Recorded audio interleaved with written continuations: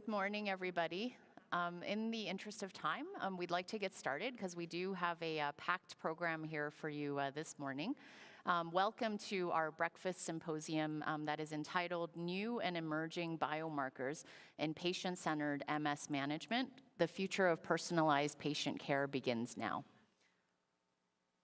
So just a couple of housekeeping items. For people who are here in person today, please do scan these slides. Please do scan this QR code with your personal device because we would like for you to submit questions throughout the presentations because we do have a dedicated section at the end, 10 minutes to answer questions you might have. I'd just like to introduce myself first. My name is Jiwon Oh, and I'm a neurologist and the medical director of the Barlow MS Center, which is at St. Michael's Hospital at the University of Toronto in Canada. And today, I'm joined by two outstanding faculty, and I'd just like to introduce them right now, and you will be meeting them later this morning. I'm delighted to introduce Dr. Jackie Bainbridge, who is a professor at the University of Colorado Anschutz Medical Campus, where she holds joint appointments in the Skaggs School of Pharmacy and Pharmaceutical Sciences and the Department of Clinical Pharmacy, as well as the Department of Neurology in the School of Medicine. Dr. Bainbridge is a multiple sclerosis certified specialist who is actively involved in clinical research in many areas of neurology, which include MS, epilepsy, geriatrics, as well as Parkinson's disease and pain. Dr. Bainbridge is a member of numerous professional organizations, including the CMSC and the National MS Society, as well as the American Academy of Neurology, and is currently on the board of governors of the CMSC, and on the board of directors for the Epilepsy Foundation of Colorado and Wyoming Professional Advisory Board. Dr. Bainbridge has been elected as a fellow of the American College of Clinical Pharmacy recently, as well as a fellow of the American Epilepsy Society, and has won several student preceptor and teaching class awards, and has been asked to address the United Nations in Vienna on the safe practice of cannabis use in March of 2023. I'm also delighted to introduce Ms. Kathy Costello, who is the Chief Operating Officer for Can Do Multiple Sclerosis, where she leads teams focused on programs, marketing, and development so that Can Do can deliver health and wellness educations for families living with MS. She is also adjunct faculty in the Department of Neurology at Johns Hopkins University School of Medicine in Baltimore, Maryland. Ms. Costello has written and lectured extensively on MS and MS care, and has previously led efforts on professional workforce expansion and education for the National MS Society. She was a nurse practitioner at the University of Maryland MS Center and the Johns Hopkins MS Center, where I actually had the great pleasure of working with her for a number of years. She is a past president of the International Organization of MS Nurses and previously chaired the MS Specialist Certification Committee for the CMSC. She has worked with the MS International Federation on efforts to add medications to the World Health Organization Essential Medicines list. So you will be hearing from both of our faculty later this morning. I'd just like to also thank PeerView and the Penn State College of Medicine for providing this session, and Novartis for providing the educational grant for this symposium. A small reminder, if you haven't already, please complete the pre-event survey. And then we actually will have polling questions during the symposium today. And so on your tables, you'll see a little white remote control. When these polling questions come up, please do participate and put in your responses because it'll make the sessions a little bit more interactive, which is always fun, especially at 7 a.m. Again, just a reminder, please do submit your questions, just because we do have a dedicated session at the end where we'll hope to address as many questions as possible. PeerView does have a website, as you can see here, and you can, after this session, view the slides and practice aids now, or actually after the session, and download them. And if you'd like more information, you're very welcome to send an email to PeerView at the email address listed here, and you can also follow PeerView on Twitter. So our goals for today are to improve your understanding of emerging biomarkers that may play a role in monitoring MS disease progression and treatment response. We'd also like to equip you with skills to make individualized treatment decisions for your patients with MS, which incorporate biomarker findings, disease status, and other patient-specific characteristics. And finally, we'd like to provide guidance on shared decision-making strategies to facilitate appropriate treatment selection, to empower patients, and to improve outcomes. So before we begin, we'd just like to get an idea of who we have in the audience. So if you can take those white remote controls on your tables, and please select your degree or profession amongst the choices listed here.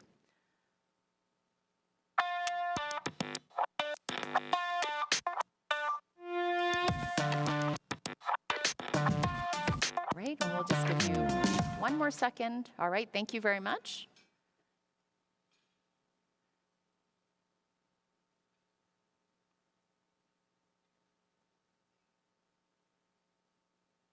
Okay, I'm just trying to advance the slides. Okay, if you can please select the category or role that best describes you. And this is another question just to get an idea of your background. We'll give you 3 more seconds to answer. Thank you very much. All right, and now this is a test your knowledge question. I'm going to actually present to you polling questions right now that we'll revisit again later this morning when we talk about the specific subject matter. And we'll compare your responses now compared to later in the morning when we will cover some of these topics. So if I can ask you, which of the following is identified as a revision to the 2010 McDonald criteria for diagnosing MS in the 2017 update? Is it answer 1, I'm not sure, 2, diagnosis based on dissemination in space with the presence of oligoclonal bands, 3, diagnosis based on dissemination in time with the presence of oligoclonal bands, 4, exclusion of asymptomatic lesions in demonstrating dissemination in space and time, or 5, inclusion of asymptomatic lesions in demonstrating dissemination in space and time. So which of these is an update that was made in 2017 compared to 2010? And I know it's a bit of a complicated question, so we'll give you a few more seconds to record your response. And again, we will be revisiting these questions during the presentation sessions. Okay. Moving on, another polling question. A 40% cutoff threshold to distinguish MS versus non-MS is applied to which imaging biomarker of MS? Is it 1, I'm not sure, 2, gadolinium enhancing lesions, 3, central vein sign, 4, paramagnetic rim lesions, or 5, deep gray matter lesions? If you can please enter your response now.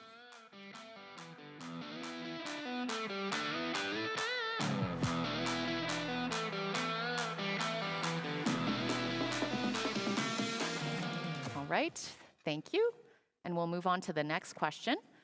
Third question, what is a potential benefit of using serum neurofilament testing to monitor disease status over time in your patient with MS? Is it 1, I'm not sure, 2, it can replace MRI testing for ongoing disease monitoring, 3, it is an MS-specific biomarker, 4, it is sensitive to subclinical disease progression months before a lesion will appear on an MRI, or 5, it is a highly responsive and reliable indicator of whether a DMT is working. If you can please record your response now.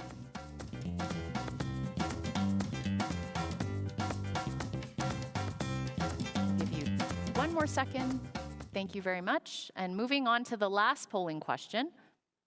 When is shared decision-making most helpful for patients?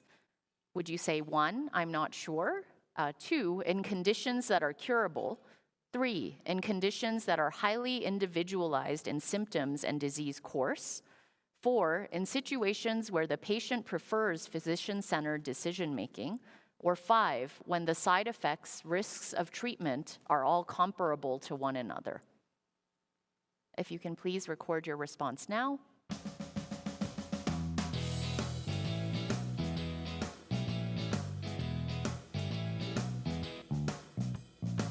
All right. Thank you very much. So again, we will be revisiting these questions throughout the sessions today. Okay, so I will start now by talking about setting the stage for our discussion today by talking about biomarkers in MS, what we use currently, and future directions for best practices in precision MS care. I have to warn you, I do have a lot of material that I need to cover in 15 minutes, so I will be briefly going over some of the slides, but please do feel free to download slides later if you'd like to look at some of the information in a bit more detail. So we're going to start with a paraclinical measure and a biomarker of diagnosis, prediction, and disease monitoring that I think has really revolutionized the diagnosis and monitoring of people with MS, and this is MRI. And as many of you know, I know in the audience likely there are many clinicians, this is a tool that really is indispensable in MS clinical care because it allows us to diagnose MS earlier. It is a very useful tool for disease monitoring and assessing treatment response. And very importantly, we know that MS is a highly variable disease, and we do not have excellent ways to prognosticate how an individual patient in front of you will do. And so MRI, while not perfect in any way, is a very important and probably one of the most valuable prognostic tools or predictive tools that we currently have. In addition, from a scientific perspective, it's contributed substantially to our understanding of MS pathophysiology. So from both a clinical and scientific perspective, it's been an incredibly useful tool in the field. So this is a really busy slide, but as you know, we do have clear diagnostic criteria for MS. And the last time the diagnostic criteria or the McDonald criteria were revised was in 2017. And compared to the 2010 McDonald criteria, it actually simplified measures a great deal. And I know this slide is very busy, but so we'll move on to the next slide. And so the 2017 criteria compared to prior iterations was very useful because it simplified things and it increased the sensitivity of the criteria, and there was a slight compromise in specificity, but from a clinical standpoint, it made life a lot easier because there were a few key changes that were made that made them easier to apply. So the 2017 criteria compared to prior versions enabled an earlier diagnosis in MS, but a very important caveat that is relevant to the 2017 criteria as well as all iterations of the diagnostic criteria is that they need to be applied to people presenting with typical clinical syndromes. And they have only been validated in this setting, so this is a really important caveat that we need to remember. The other thing we need to remember is we almost think of MRI as an essential tool to diagnose MS, but in reality it's not, because MS is still a clinical diagnosis where clinically, if you're able to show that there is evidence of dissemination in space and time, and you can, on clinical history and examination, demonstrate dissemination in space and time, in reality, you'd actually do not absolutely need an MRI. However, the 2017 criteria, like prior versions, emphasize that whenever possible, it's very useful to get an MRI, and this is because this prevents misdiagnosis, which is not uncommon in MS clinical practice. In addition, I think a very important caveat to remember is that it's important when you can, when you use MRI to diagnose MS, to standardize MRI according to accepted international criteria that we'll look at in just one second. But I just also wanted to take a second to, go back to this slide because I wanted to talk about differences of the 2017 criteria compared to the 2010 criteria.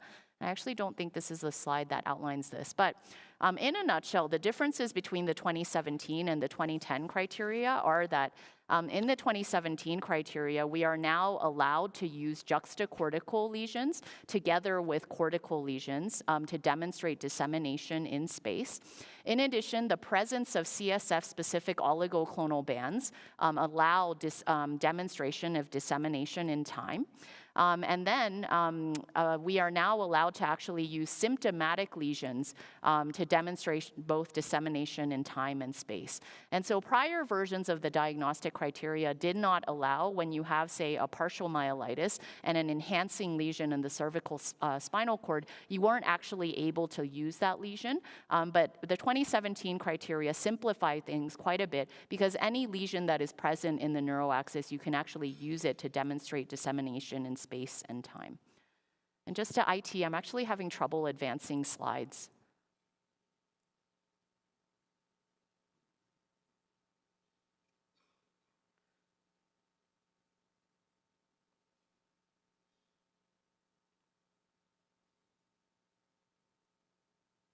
Is there another slide advancer that I can use? Or am I able to use...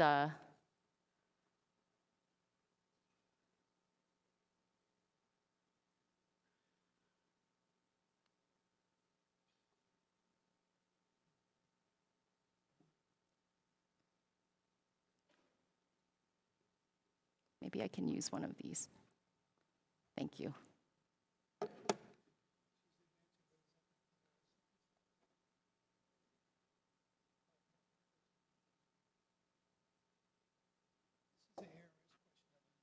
Okay, I'm just worried because earlier it wasn't advancing as well, but I'll try.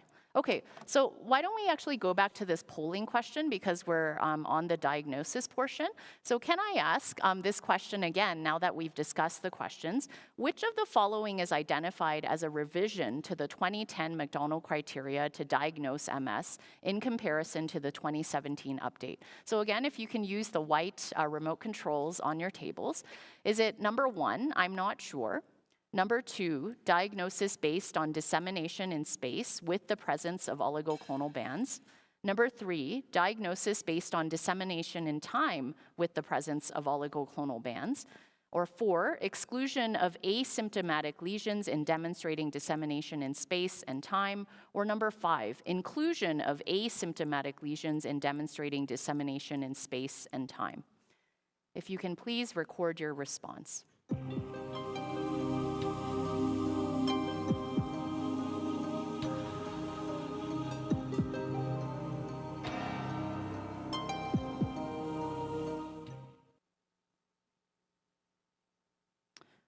Okay, so, wow, this is a very complicated figure.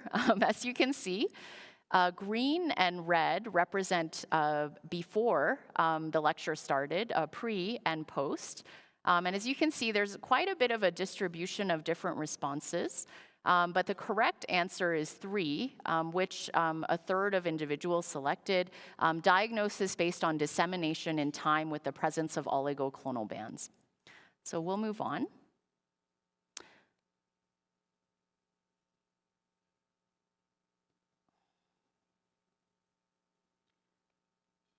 Okay, so I think I've already spoken to this slide to emphasize the fact that this is the standardization component that I was discussing earlier. So just to emphasize that the 2017 criteria allow us to diagnose MS very quickly, but 2 really important caveats are that you need to ensure that these criteria are applied strictly to people presenting with typical clinical syndromes, because this is the only way the criteria have been validated. And then just another comment on the fact that it's very important to use standardized MRI consensus recommendations for not just the diagnostic MRI, but for the disease monitoring MRI. And a number of international organizations, including the CMSC, the Magnums Group, as well as the North American Imaging and MS Group, came together 2 years ago to put together very clear recommendations of what the bare minimum standardized MRI sequences should look like that allow easily a diagnosis of MS. And I would encourage you to take a look at this reference listed below, because it very clearly states what standardized MRI should look like that best facilitate diagnosis in MS as well as disease monitoring in MS. So moving on, I think it's very clear that MRI is really useful as a diagnostic tool in MS, because when it's applied appropriately, it allows an earlier diagnosis of MS.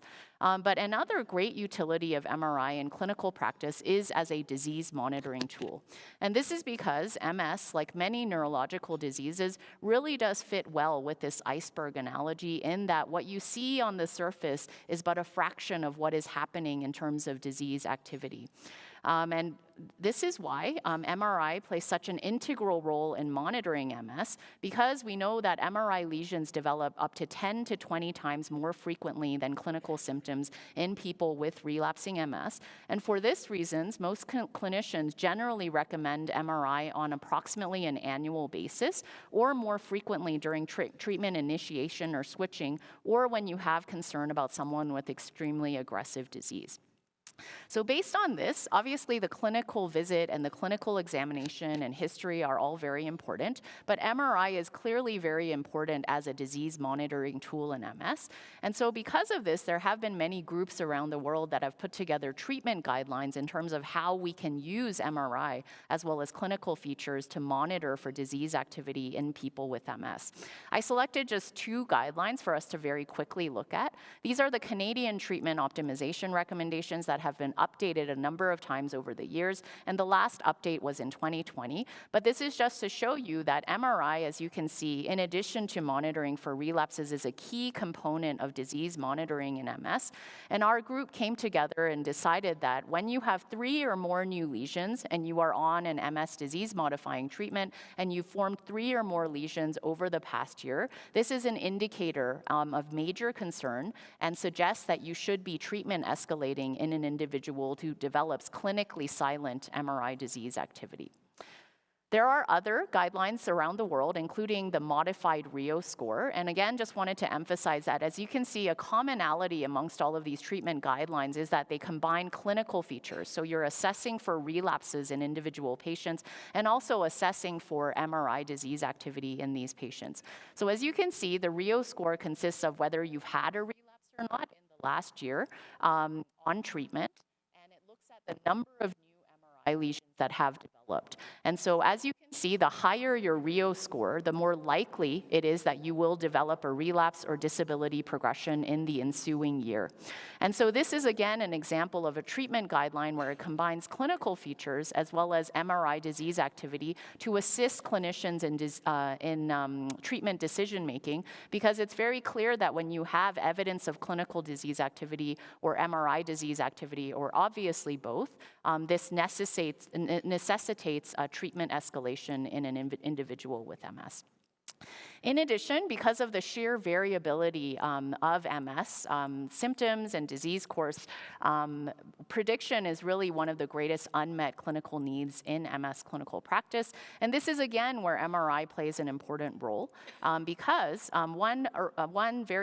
actually not so recent, but one study that looked at nearly 1,000 people with clinically isolated syndrome and followed them for nearly a decade, demonstrated that the baseline MRI lesion load was by far the greatest predictive factor of eventually developing MS or developing disability over time.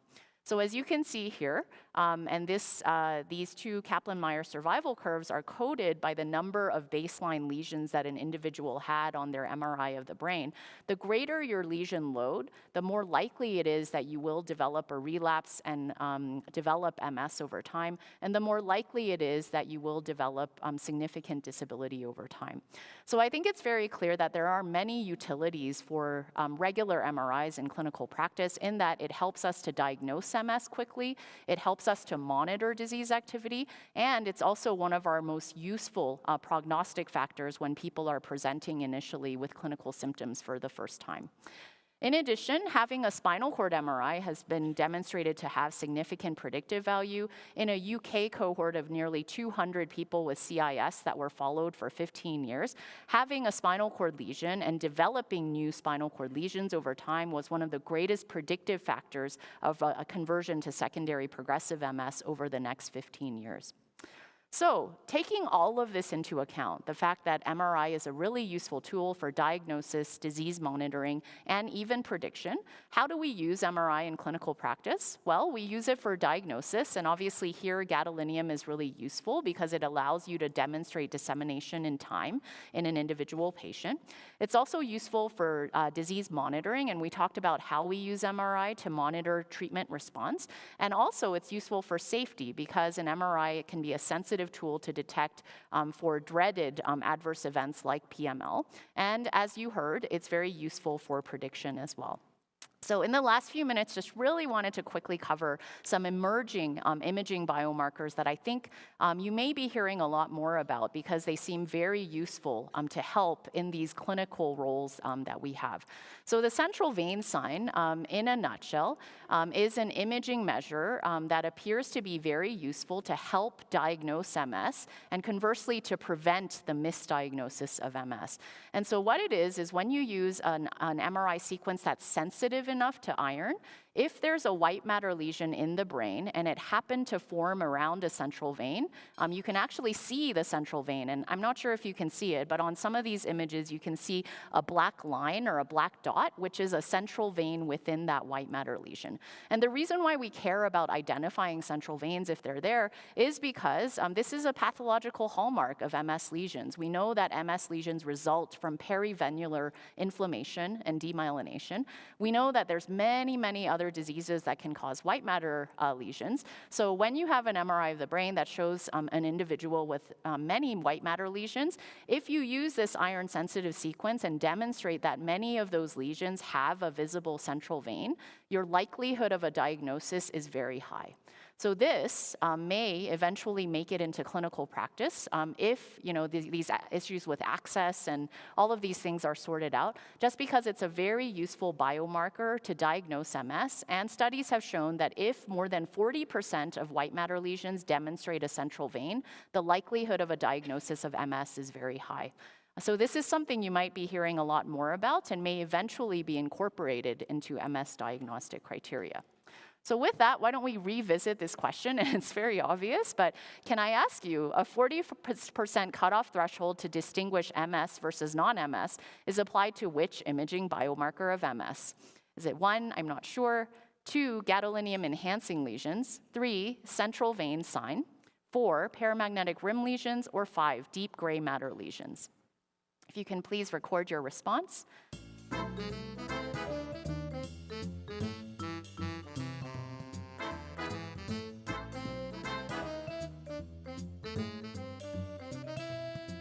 Right, and if we can please display the responses, and as we can see, outstanding. So initially there was a bit of a distribution, but it's very clear that hopefully many of you now know what the central vein sign is.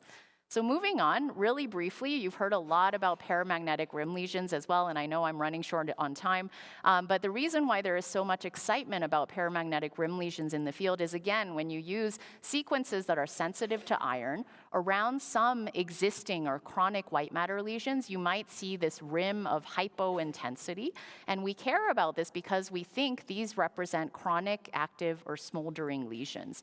And it's of high interest in the field for 2 reasons. First of all, it seems that paramagnetic rim lesions are seen across the spectrum of MS, and they're highly specific for MS, similar to the central vein sign. But why we're also really excited is because it seems that there's very clear prognostic value of having a high paramagnetic rim lesion load, in that if you have a lot of these paramagnetic rim lesions, which again represent chronic, active, smoldering lesions, the likelihood of having greater physical disability or cognitive disability or having progressive MS is much higher. So there seems to be a lot of prognostic value in these paramagnetic rim lesions, and possibly may even allow us to monitor for disease worsening in people with MS over time, which is something that we need from a biomarker perspective. In the last few minutes, just wanted to quickly talk about fluid biomarkers, which are also emerging as a useful tool clinically, maybe for prognosis, diagnosis, as well as disease monitoring. As you can see, this is a list of fluid biomarkers that are currently used, sometimes in clinical practice. As we talked about, oligoclonal bands can help to diagnose MS. You've heard a lot about neutralizing antibodies for certain medications, but there is great excitement in things like neurofilament, as well as GFAP, which are fluid biomarkers that may help us in terms of disease monitoring of MS. However, similar to the advanced imaging measures that I talked about, there are issues with incorporating them into clinical practice, but you've heard a lot about data about neurofilament in clinical trial settings, that it seems to potentially be a good marker of treatment response, that it may prognosticate and may help us to monitor disease activity in people with MS. And one last thing, just to say that in addition to all of these paraclinical tools, I think ultimately we will need better clinical tools, and digital tools may actually help us in this regard. You've probably heard about a lot of different MS apps that are emerging that help to monitor things like fatigue and cognition and subtle things like manual dexterity. And so these are also tools that will likely be eventually useful in clinical practice to help us care better for people living with MS. So I hope I've been able, I know it was a whirlwind tour, but I hope I've been able to demonstrate to you how MRIs are really useful in clinical care for diagnosis, prognosis, and disease monitoring. We do have treatment guidelines, but it's clear that we need better tools for clinical practice. And this is where some advanced imaging measures, including the central vein sign and paramagnetic rim lesions, may be very useful, as well as fluid biomarkers and digital tools to help all of us as clinicians take better care of people living with MS. So with that, I'd like to hand over and welcome Dr. Bainbridge to the stage, who will be discussing leveraging biomarker findings and disease status to inform individualized care. Thank you very much. Thank you, Dr. O. And I'm glad I made it across that stage without tripping. I feel like a Miss America pageant up here. So I am thankful that you're all here this morning. I'm going to talk to you about the pharmacist perspective on using biomarkers, the ones that we have currently, and leverage them, and then the ones that may be coming in the future. So biomarkers really can be used in any patient population of our patients with MS. So treatment naive, newly diagnosed, patients with relapsing disease, et cetera. And we really know that biomarkers can be helpful in formulating treatment decisions or treatment plans that are specific for individualized patients.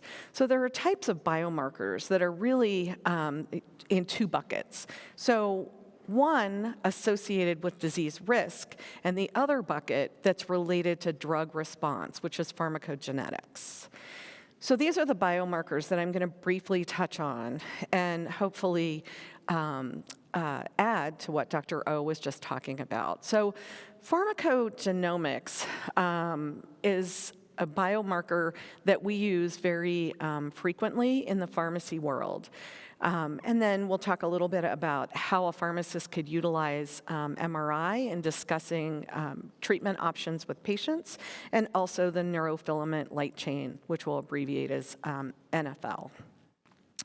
So pharmacogenetics, and I'll definitely ask Felicia, because this is where a pharmacist can really geek out. And we love talking about pharmacogenetics. So if I get out of hand, she'll put the shock collar on me and zap me, because I know that I'll put a lot of you to sleep if I start really going into this deeply, which I would love to do, but I won't. So what is pharmacogenetics? And we use these terms interchangeably, but there's pharmacogenomics and pharmacogenetics. Genomics really is the big overarching category, so it's broad. Pharmacogenetics, however, is very specific and specific to the patient, so individualized care. So there are several pharmacogenetic biomarkers that we have or are being studied. But there's a level of evidence that varies for different drugs and genes or drug-gene pairs. So as pharmacists, we like to go to the CPIC guidelines, which stands for Clinical Pharmacogenetic Implementation Consortium published guidelines.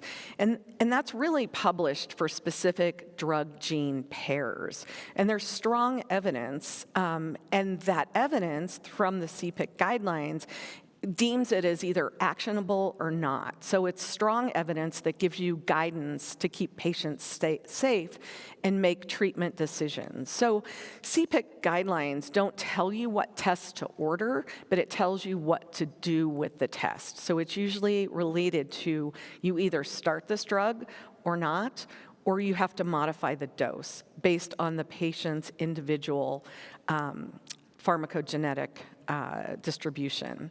So I would say that psychiatry utilizes this for or more frequently than some of our other subspecialties in medicine.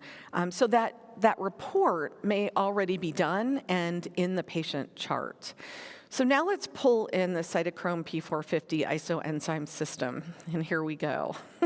So most of the drugs in the world are metabolized by the liver in one of two phases, either phase 1 or phase 2. Phase 1, we're talking about drugs that are oxidatively metabolized, and that's very important to know how a drug is being metabolized to see if there are drug-drug interactions. So there are 4 big players here that we know a lot about, and that is CYP 2C9, 2C19, 2D6, and 3A4. So that really makes up 80% of all of our drugs. And 3A4 is actually responsible for 60% of drugs metabolized. So that's a very big player. So it would be important to know if you have drug combinations that utilize those CYP enzymes or related enzymes for metabolism. Now, drugs can oftentimes use more than one of these CYP enzymes for metabolism. And in addition to that, we have to think about induction and inhibition. So if a drug induces these pathways, you can see levels of other drugs going down. If it inhibits, the drugs go up. So it's an important thing to know. And if you're lucky enough to have a clinical pharmacist that you work with, this is something really that we do kind of geek out about and really love getting into the weeds with this. So more specifically, we talk about drugs or antidepressants. Very commonly, we know that those pathways affected are 2D6 and 2C19, and that's most of our big players in the antidepressant world. So we're talking about SSRIs, SNRIs, et cetera. We know that drugs that are used for pain, neuropathic pain, specifically here, we know that 2C9 with our nonsteroidals or 2D6 for opioids are drugs or utilize those pathways for metabolism. And then when we're using carbamazepine or oxcarbazepine, we know that if you are HLA B star 1502, et cetera, that you're at higher risk for a life-threatening rash with those particular agents. So important to realize and take advantage if you happen to have this genetic testing in your patient chart. So we know that it will help you predict response. So it really will save you time in the long run if you have this report available and you can actually make treatment decisions. So we're talking about safety decisions, not efficacy decisions. When we think about multiple sclerosis, and way back when we only had Copaxone and our interferons, we didn't really have to worry so much about drug interactions. But with some of our newer players, we know that it is really important to know this information. And we know with siponimod, right, so a newer agent, we actually have to get CYP 2C9 genotyping so that we know how to make safety decisions and dosing decisions for that particular molecule. So we know that the normal dose of siponimod is about 2 milligrams. However, if you're a star 1, star 3, CYP 2C9, or a star 2, star 3, that your dose recommendation is at 1 milligram. But if you're a star 3, you're actually contraindicated to use the medication. So useful data. Now, I'm not going to go through all of these CYP enzymes, so it's really here for your edification, or if you need a little bedtime story for some of us. I've listed them out here for you. So we know about how strong these agents or players will be in affecting those CYP enzymes. Excuse me. So now let's move on to MRI. So how can a pharmacist or a clinical pharmacist utilize MRI in helping a patient make decisions about their treatment? So how can we leverage those biomarkers? So I like this topographical model, and I'm not going to go in into this in great depth. I'm sure you're all familiar with this model. However, it really explains what's happening with brain reserve and the need for high efficacy therapy. So really we need to make the stance that no lesions are acceptable. So MS symptom stability may not be really a true marker of underlying the pathology. So there's a reserve that's in the central nervous system, functional capacity to withstand damage caused by MS progression. So really thinking of this like a water table or a pool, and helping to explain to patients that they can prevent these lesions just by really by healthy choices that they're making. So staying hydrated, eating right, sleeping well, all the things that I think that we weren't doing at this meeting, actually.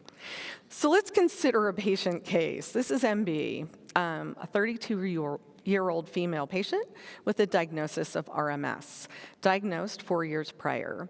She did not want to start drug therapy at that time because all of her symptoms resolved. MB follows up in clinic after a recent relapse of optic neuritis. She's still hesitant, though. She doesn't want to start a DMT because the symptoms that she had before, outside of this exacerbation, really just cleared. They went away.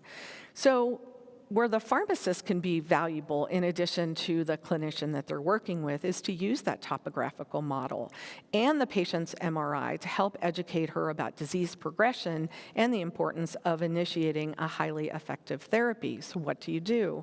So again, going back, this model, right? Where is the pool the lowest in their water levels, right? The spinal cord. So if you have a lesion in the spinal cord, that often produces symptomatology, right? And then when you move in the brain, if you're talking about the cerebral hemispheres, that's where you have the biggest pool. That's the deep end of the pool. And then the brainstem somewhere in the middle. But what you want to do is really allow healthy choices and DMT selection, balance that out for the patient. So you really want to minimize the amount of those lesions that are peeking through in the pool. And we don't want that little black tip that you see on that one lesion, which is indicative of a black hole and long-term progression. So things that you want to consider when you're individualizing therapy. So how can these biomarkers help? What are we looking for when we're trying to individualize therapy for a specific patient? Lesion burden, right? Location of the lesions, real estate. Gadolinium enhancing lesions, new or worsening T2 lesions. Consider patient factors. So geographic location of those lesions and geographic location of where the patient is in terms of what kind of therapy you're going to prescribe. So if they live hours away, you're not going to put them on a therapy that they need to come into clinic for or an infusion center on a regular basis. You're going to make choices about their medication selection because adherence is an issue. Comorbidities, let's consider those comorbidities. What other medications are a patient on? What about those CYP enzymes? So do we have to be worried about drug-drug interactions? And of course, as patients age, right, they're going to be on more medications. So then there's a higher risk of drug-drug interactions. And we have biomarkers, so let's recruit them all and use them wisely to help make individualized patient decisions. So our MRI, pharmacogenomics, genetics, and NFL. These are highly effective therapies. So let's follow up on our case with MB. MB does start a highly effective therapy. Choose one, anyone. 1 month after treatment, though, she just wants to switch to a new DMT. So as the clinical pharmacist, alongside of the provider, it's important to really educate her on this not being an appropriate choice because a new lesion may not be detected on an MRI this early after starting the initial DMT. So you need to tell her that, and help communicate and educate her that it really takes time for the DMT to work and actually show evidence of efficacy on that MRI. So it's really important to manage those expectations and loop the patient into shared decision-making to educate and make the next treatment choice, and really hold the patient's hand and talk to them about the fact that our DMTs are preventative. They're not going to really happen, and they're not going to make a change on an MRI right away. So let's pull in the NFL biomarker. So NFL is not specific to multiple sclerosis, but we do know it's a marker of neuronal injury and death. So again, not specific, but clinical utility detecting CNS damage can be very important. And you can measure it in the CSF or the serum. So initiation of a DMT can really reduce NFL, and you can actually see that change happening as early as 1 year after treatment initiation. So it acts as an early marker of subclinical disease and a real-time indicator of disease progression or improvement. So it does not replace the MRI. That's really our right-hand tool for managing our patients and initiating therapy. So this is not a replacement for that. And it's not as responsive to DMTs as other common drugs. So the analogy I used here is, and this is important to talk to patients about as well, when you start a statin for high cholesterol, you'll actually see those changes in the blood occurring very quickly. But with NFL, it's not going to occur that quickly. So ensure the patient about their treatment and how you're monitoring her treatment. And it's important to set realistic expectations.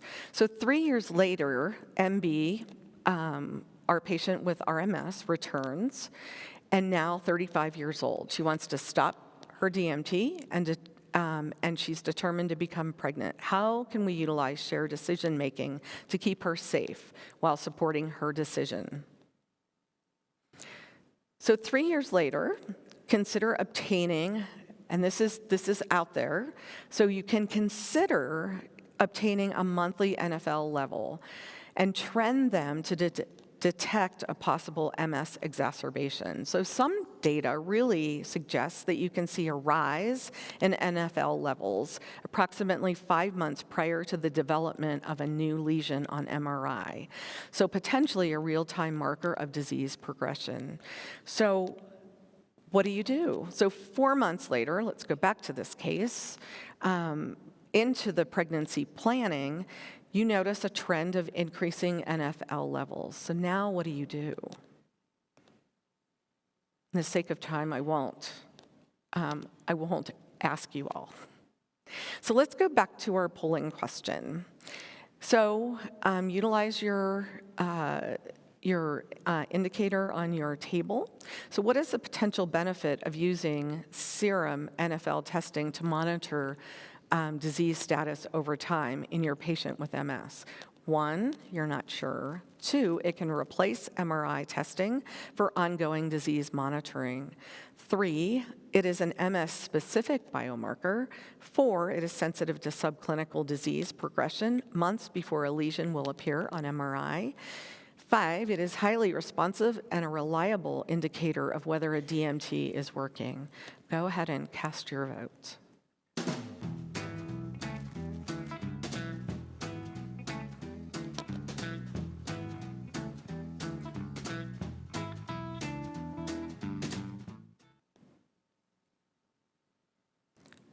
Great.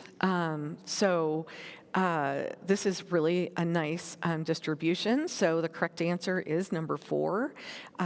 So NFL is sensitive to subclinical disease progression months before a lesion will appear on MRI.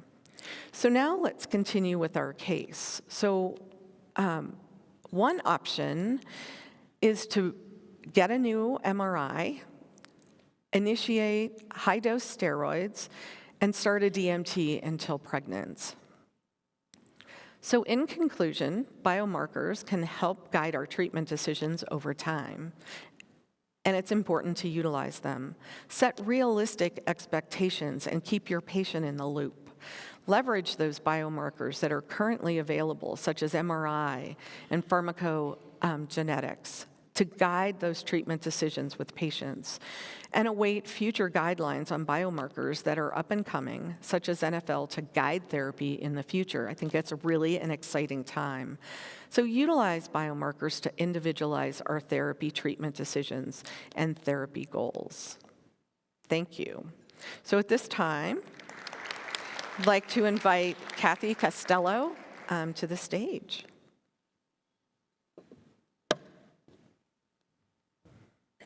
Oh, I think I might have to come out this way too. I'm not quite tall enough to see over that. Good morning, everyone, and thanks for coming out so early. So let me just, as a show of hands, how many physicians, because I know we asked, but I didn't see any answers. How many physicians in the audience? Nurses? Advanced practice providers? Rehab professionals? Okay.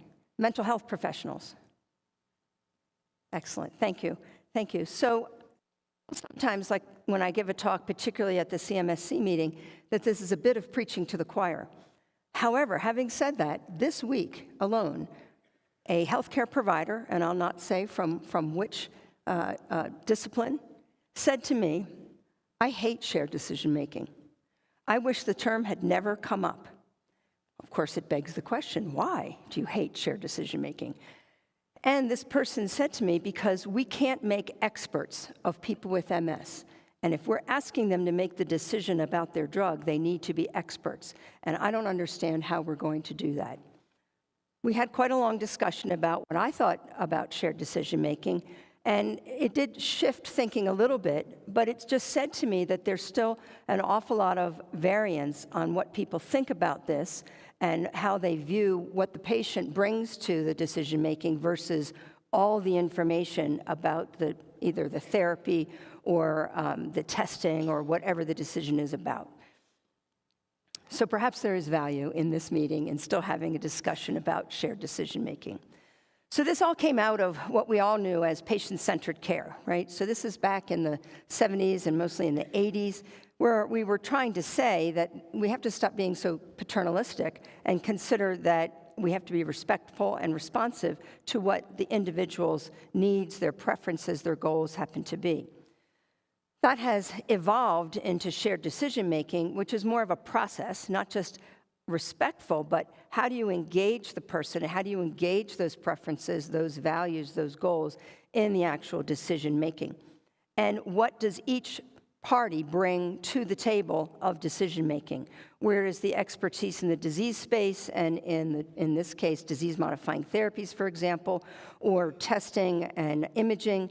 And what does the patient bring to that? And how do you utilize both sets of information to feed that decision?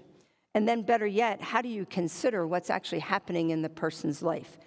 So, let's see what we have here. Can we go back? Can I go back? Ah, that one. No, you have that. This one's special. Thanks. So, one of the things about having shared decision-making, of course, is not just considering the disease, but it's really considering, and this is really how it evolved, it's really considering the experience that the person has living with the disease. And what is their life? What is happening in their life? So it's more about that experience of the disease, what's happening in a person's life, than just the treatment or the diagnosis. It has to be really about both. It's based in ethical principles, based in them. So I also heard this week, Can Do MS had a patient program yesterday, and I heard in a workshop about navigating the DMT maze, we called it, the person said, and this is 2023, that they were handed, at least they weren't handed boxes. It used to be boxes that had all the information about the drugs. But the person was handed a booklet with all of the disease-modifying therapies. There's over 20. And in fact, was asked to read it and then let them know their decision on what drug they'd like to be on. This is 2023. I would not consider that to be shared decision-making. Perhaps it's based in the rigid definition of self-determination or autonomy, but really what we're hoping is that this is an informed decision that's made collaboratively, or perhaps at the end of the day, the person ultimately makes their decision, but it's based upon that mutual discussion that you've had. So again, building on the concepts of patient-centered care, considering the person and their experiences, and equally considering that person's values, goals, fears, and preferences, keeping in mind that the healthcare provider brings the expertise potentially around the disease space, side effects, risks, and so forth, but the person knows themselves. Now, they may not come in and say to you, I'd like to talk to you about myself. That might be information you have to solicit, and it's probably not going to happen over one visit. There's not enough time.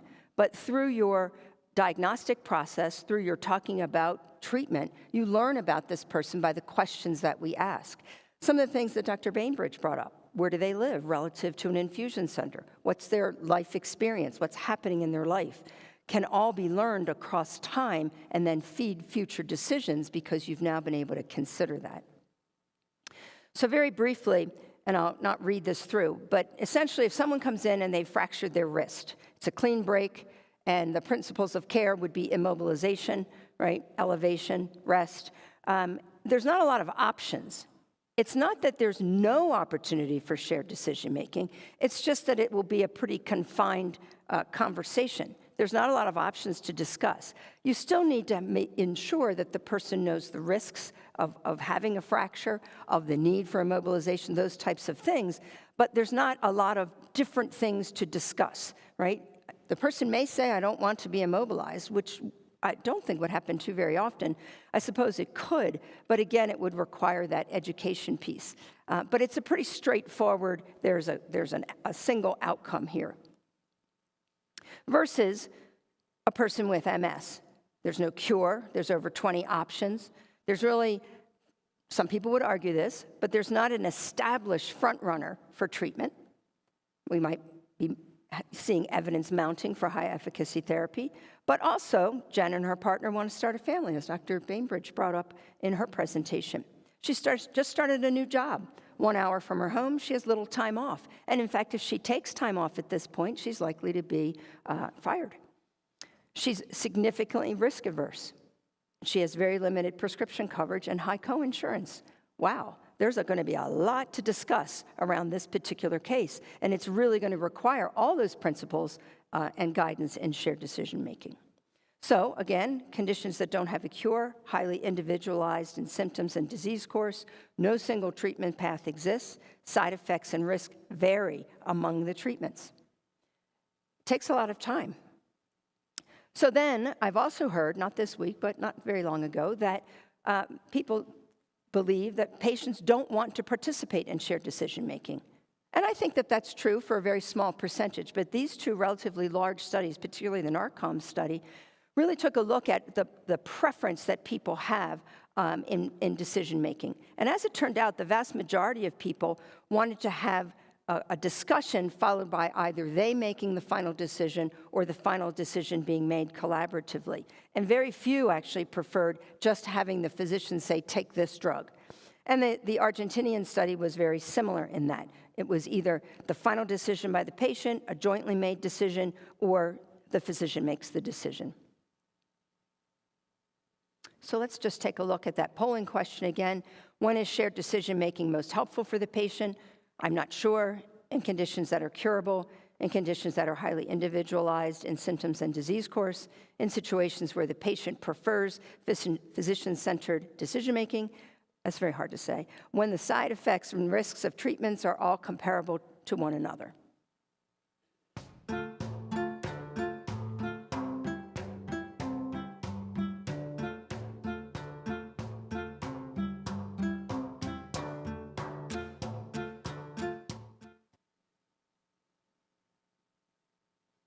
And thank you very much. That would be correct. All right. So this shared decision-making, I'm going to skip to the right side of your screen. Why are we doing this? it really does demonstrate, and research has shown, not just in MS, but in other areas, particularly surgery, that it improves adherence. It improves adherence to medications. There are better health outcomes because there's better trust with the healthcare provider and better communication. And ultimately, it's been found that there's less utilization of the healthcare system. And so for all of these reasons, it really is important for us to increase our own skills and how we engage in this process.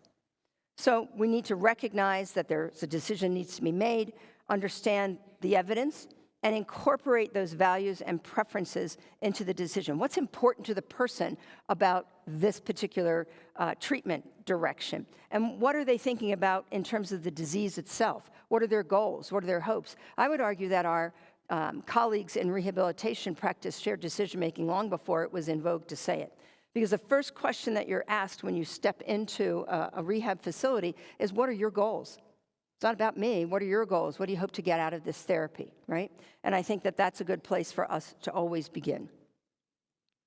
Lots of things are going to influence shared decision-making, and this is where oftentimes we hear that it's inappropriate because people have an inability to learn the information. I think what it means is that it unfortunately takes more time to help someone understand. Right? So it doesn't mean we abandon it. It means that we may have to explain things in a different way. How do I have a minute?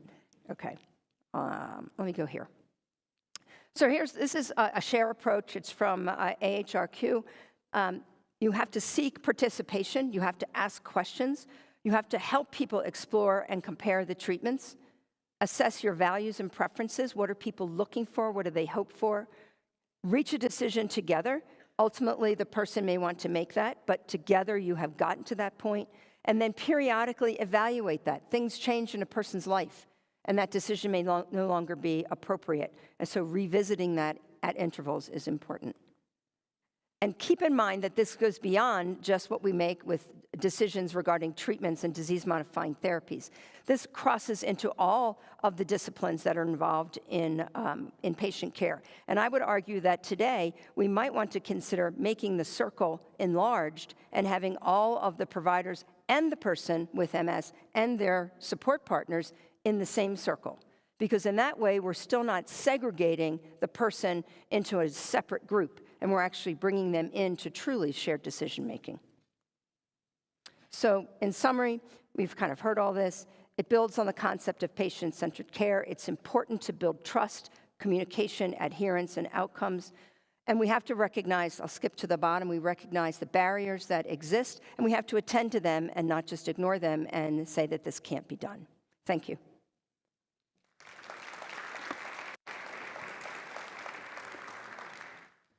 Thank you, Kathy and Jackie, for two outstanding overviews.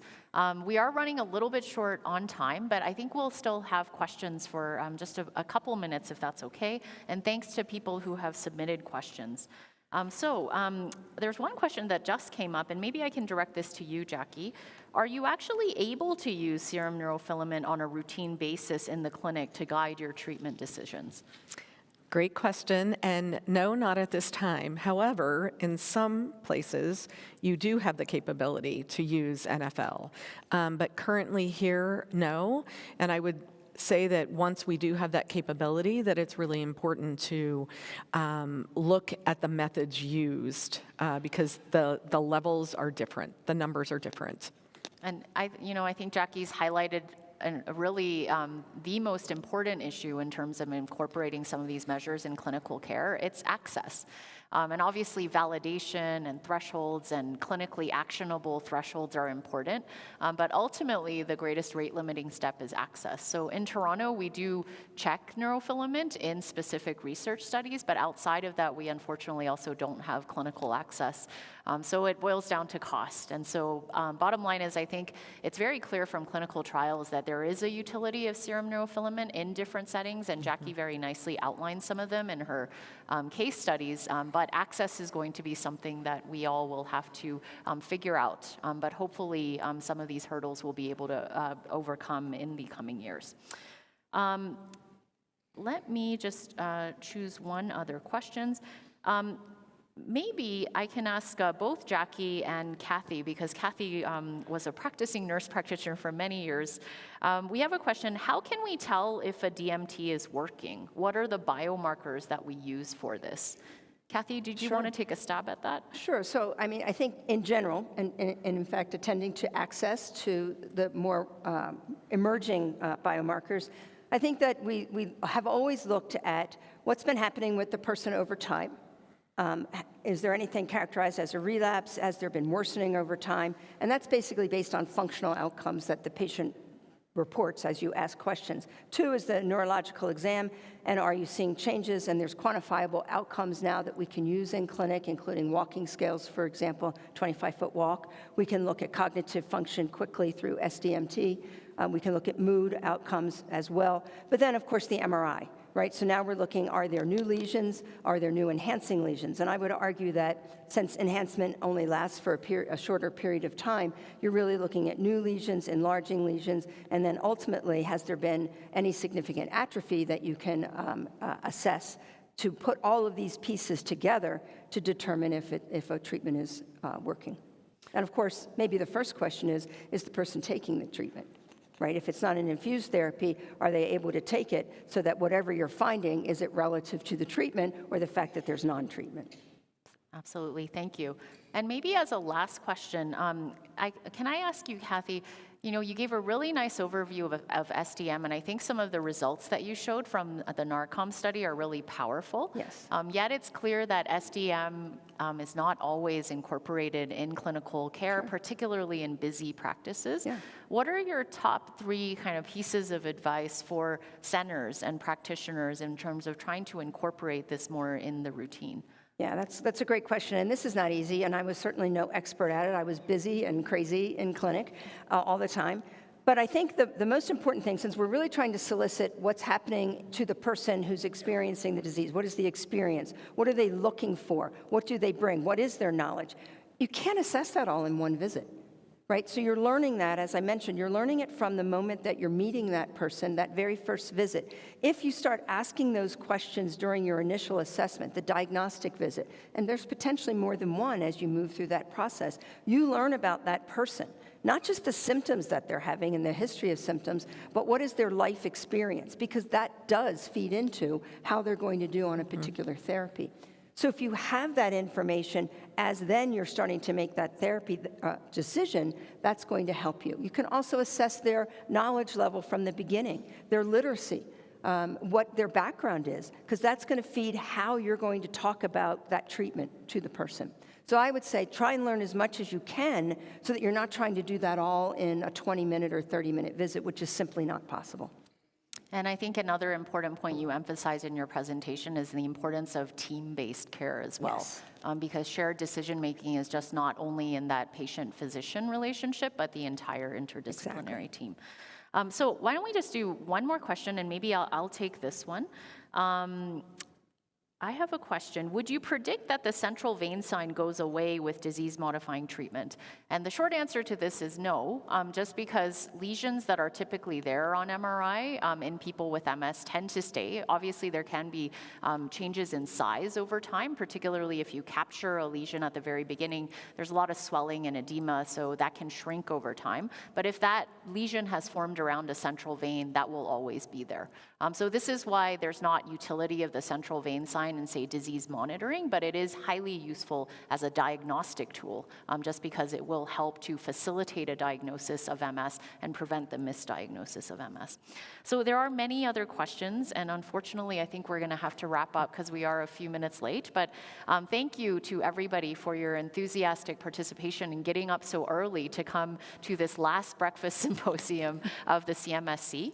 I would like to remind you to please visit peerview.com and complete your post-test and evaluation for your CME credits. Just a reminder that you can download the slides. I know that many of us had pretty busy slides that were information dense that you can peruse on your own time. And you can also watch the replay of this event in the next 24 hours and in the coming weeks. So thank you very much. And I would also like to thank our outstanding faculty for excellent presentations. Enjoy the rest of your day. Yeah.